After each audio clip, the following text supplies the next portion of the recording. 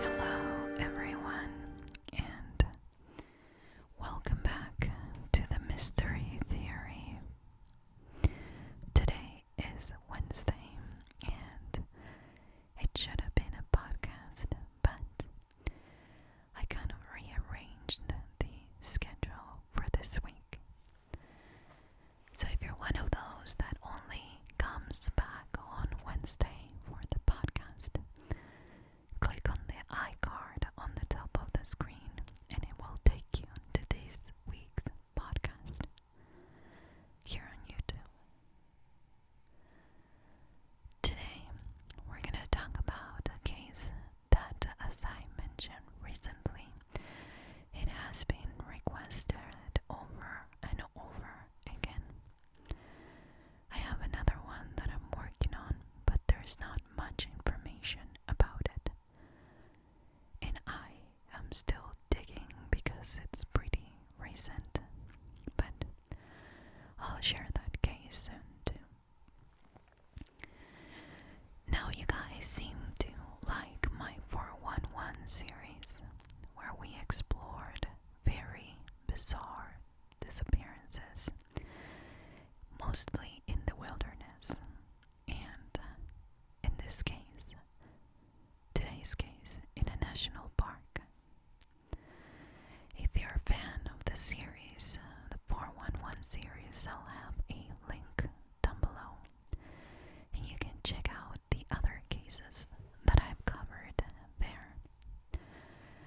This one, I'm gonna add it to that playlist, but really, it's more, I don't know if it was or it is included in the 411 cases.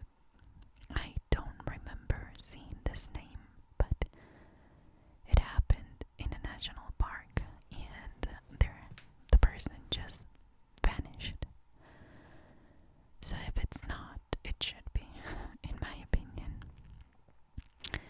And not because I believe the theories out there.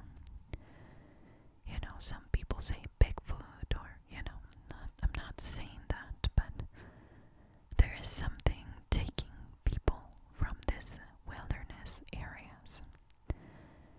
And I wonder where it is. And again, you got me at a mystery.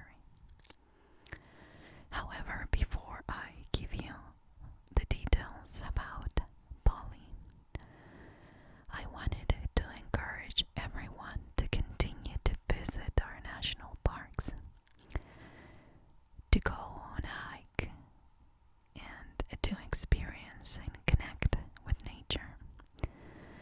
I've been reading about cases like this for over 2 years, and I can assure you I visit my national parks, and I am excited to go every single time. Last time we went to one of the most memorable ones was Yellowstone. I have a vlog about it if you are interested. It will be linked down below. We also did the Grand Teton, and I have to say the hikes and the Tetons were just some of my favorites. So I'm not afraid, and I hope that by sharing this story, I only encourage you to go outdoors. And if you're not an outdoor person, it only takes once. Go to one of these national parks, do a 5-mile hike, connect with nature, listen to the sounds, the birds, and that little bit of respect or fear for the wilderness. Now, let's talk about Pauline Melton, who her full name is Thelma. Pauline Melton. In the year 1981, so 39 years ago, she was 58 years old. She was on her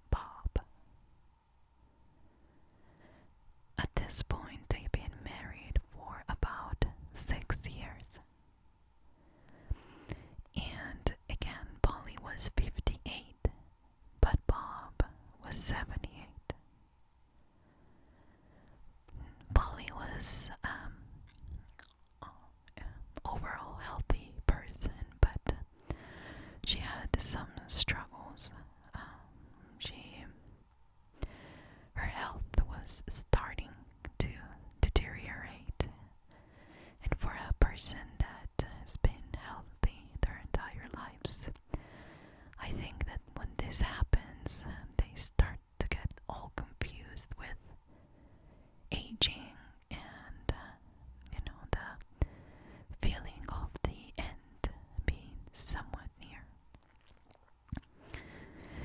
Now, this also was connected with the gaining of weight. Polly, we're all there. Don't worry about it. I would have said that to her if I knew her, but health conditions and weight gaining, it just made it hard for her. She also suffered from high blood pressure and chronic nausea, which sounds terrible. I had a vomiting syndrome in 2009, and I would never, oh gosh, nope, that was the worst year ever.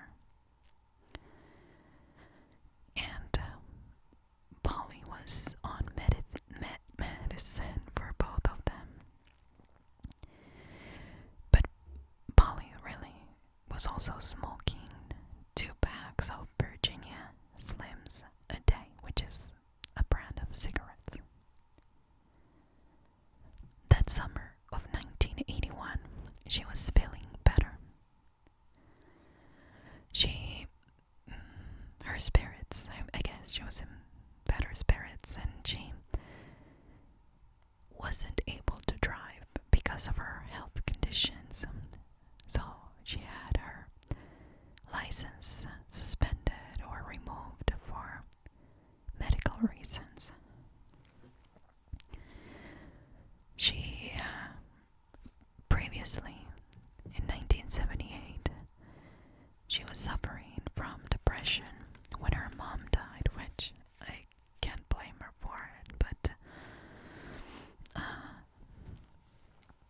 it was just a hard year for her. That was 1978.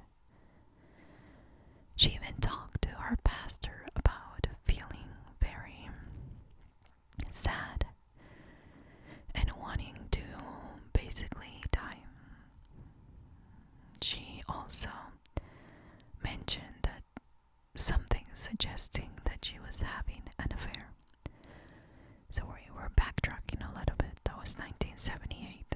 In 1979, she again went to her pastor and confessed of abusing Valium and having kind of an addiction to it. But fast forward to 1981, things were better. That summer, her dad came to visit her, and it was like all back to normal. You see, Polly and Bob had this tradition of spending the fall living in an airstream at the base of the North Carolina side of the Great Smoky Mountains in the Deep Creek campground. Now, they would stay there for the fall. It wasn't like a weekend kind of thing. And this was a second home to Polly for over 20 years. So she's been going with her current husband, Bob, for 6. But she's been doing this for way longer, and probably with her other 2 husbands. Now you have to understand how the setup of this campground is. Where they were staying, there were about 10 other sites, but it was a group site, and it included 10 other couples that were very close friends with them. And in order to be part of this group, everyone had to agree. So it wasn't common to bring strangers or to bring other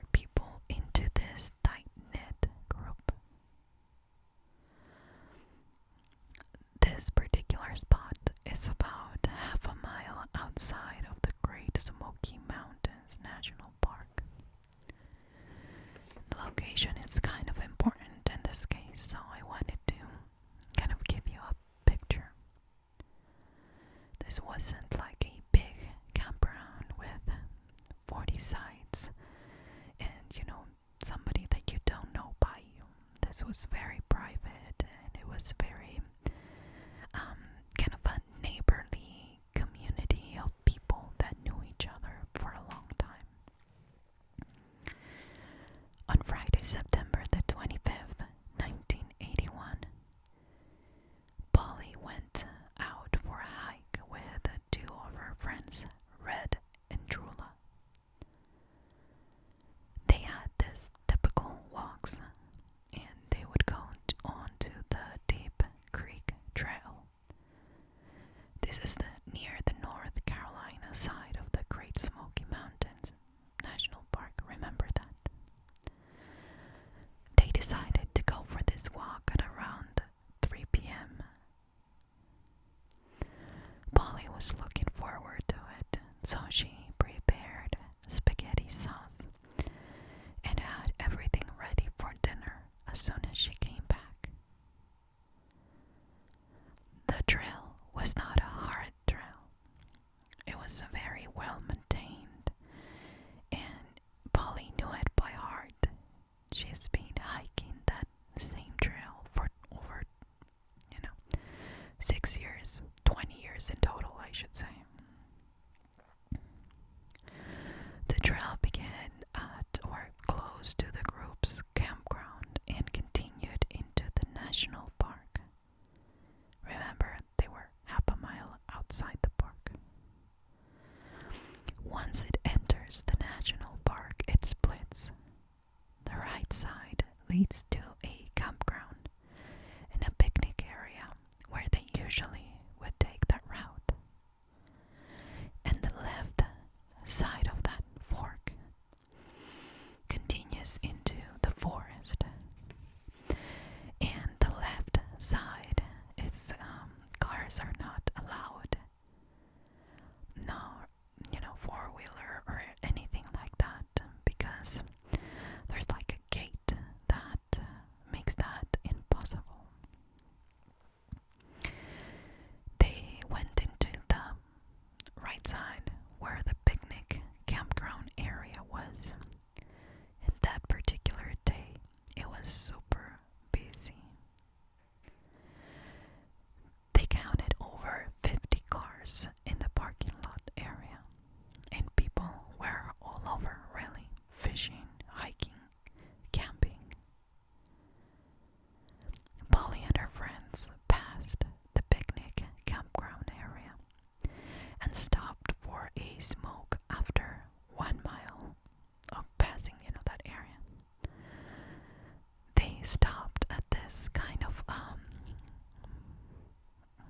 rest area on the side of the trail, and I'm assuming that maybe you can go in a four-wheeler in that, because of the description it seemed like it was a pull-out or something like that. They were laughing though and having fun, but around 4 they decided to go back to their camp. That's when Polly picked up the pace and left her friends behind. This was a big joke. Polly was not a super fit person and able to keep up the pace. So they were all joking around and saying, I wouldn't want to compete with you, Polly. Polly looked back a couple of times and laughed with her friends. Eventually, the friends lost sight of Polly, and they assumed that she was going to stop somewhere to rest and wait for them. They couldn't believe that she was going to be able to keep up that fast pace until they, all the way back. But when they arrived at their camp, they went straight to Polly's Airstream, which, if you don't know, an Airstream is a very fancy, I guess, well made, I should say. It looks kind of a interesting shape, but it's a travel because it's better quality. And it's even like a Airstream community out there, but just so you know, that's an Airstream. So the friends went straight to her Airstream and they wanted to check on her and ask how she did it because they couldn't believe that she did it so fast, like she came back so fast. They got there at 4:30, but she was not there and nobody had seen her in camp. Bob was not able to physically go out to look for his wife, so he stayed in the Airstream making calls to everyone so they'd know to keep an eye out for her. The same friends and another couple went to the trail again. They checked the picnic area, the campground area, talked to hikers, campers, everyone. They knew at this point that this was very strange and that Polly wouldn't do that. By 6 p.m., they were just worried sick. So they reported her missing, and a large search began with the park rangers and volunteers. They searched again the trail and surrounding areas. But just so you understand, this trail is very well maintained, but there's thick vegetation around the trail, so it makes it harder to go off. I mean, you would scratch yourself. You could encounter a snake. And overall, there's not like paths into, the side of the trail itself. So, the friends told the park rangers, I don't think she would willingly go anywhere outside the trail because she's terrified of snakes. The park rangers knew Pauline. They knew that she was strong, smart, and knew the area well. After all, the park rangers, some of them been working for the park system for as long as Polly had been visiting the national park. They knew immediately that she was not lost. Somebody must have taken her. 150 people looked for her. They brought 9 search dogs and, of course, closed the trail. One of the dogs alerted on a down tree near the creek, and they assumed that maybe she sat there to rest. So they looked around, but they couldn't find her. It was also noticed that she asked to use. Let me go from the beginning because I just take the right side of my note. They were not able to get a good sets of tracks to follow. Okay, that's the one thing that it's kind of well known when this kind of situations arise. They close the trail because they need to find this kind of set of tracks to follow. And Polly had her left shoe. I don't know if it was broken or what it was, but it had a noticeable crack. But they couldn't really track her. They couldn't find her tracks. Which is pretty odd because they were able to find the tracks of the friends, but not Polly's. The following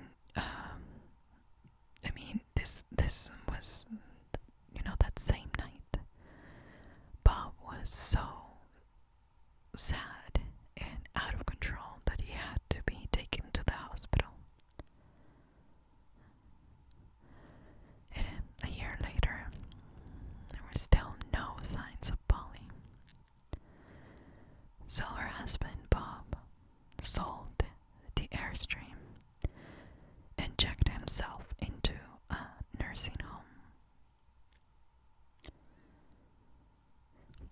It was also said, which is something I forgot to mention, and I think it's relevant, that when she vanished, she didn't take any of her medicines, which are very important if she wants to stay alive and well. But her husband's Valium was missing.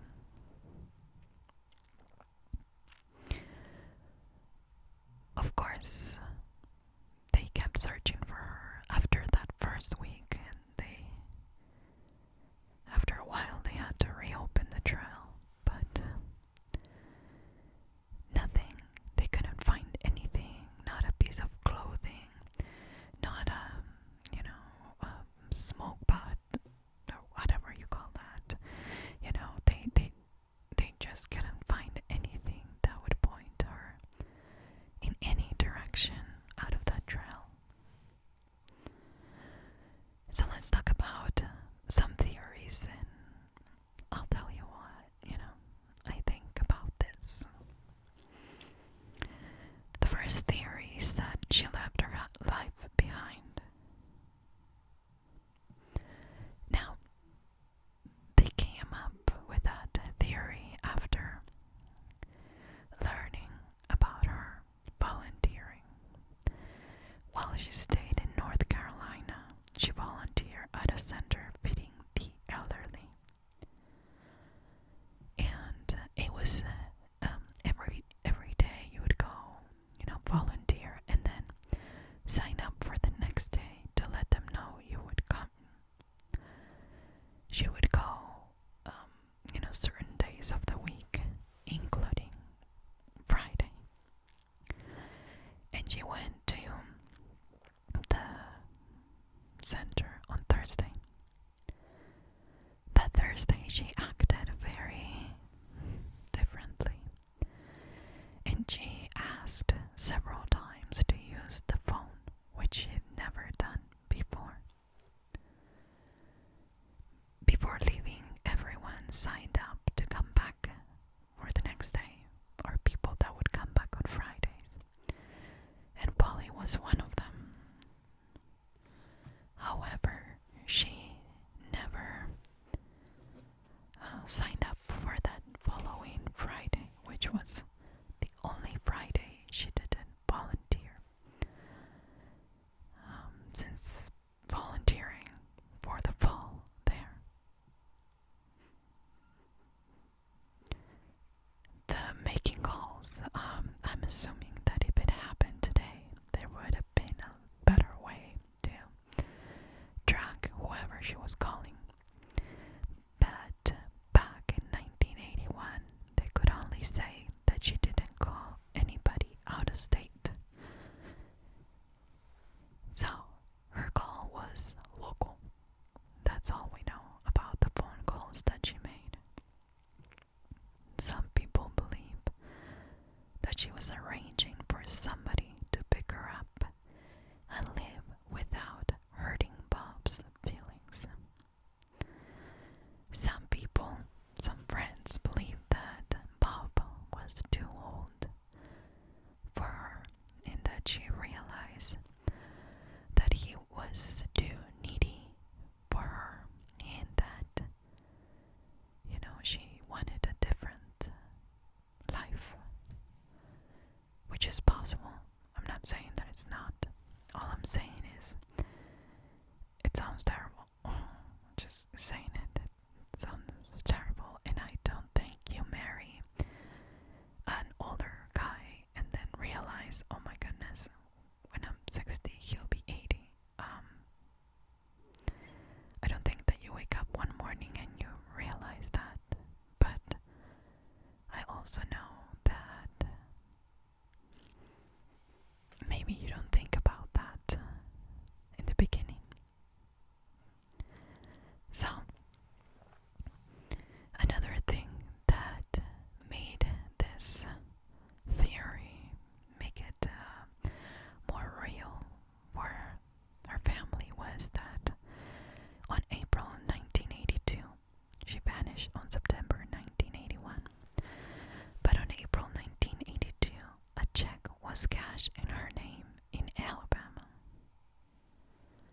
This check was interest due on a bank certificate. However, when the police learned about this, they couldn't confirm that it was her handwriting. And there was no cameras, and the teller in the bank couldn't remember her face.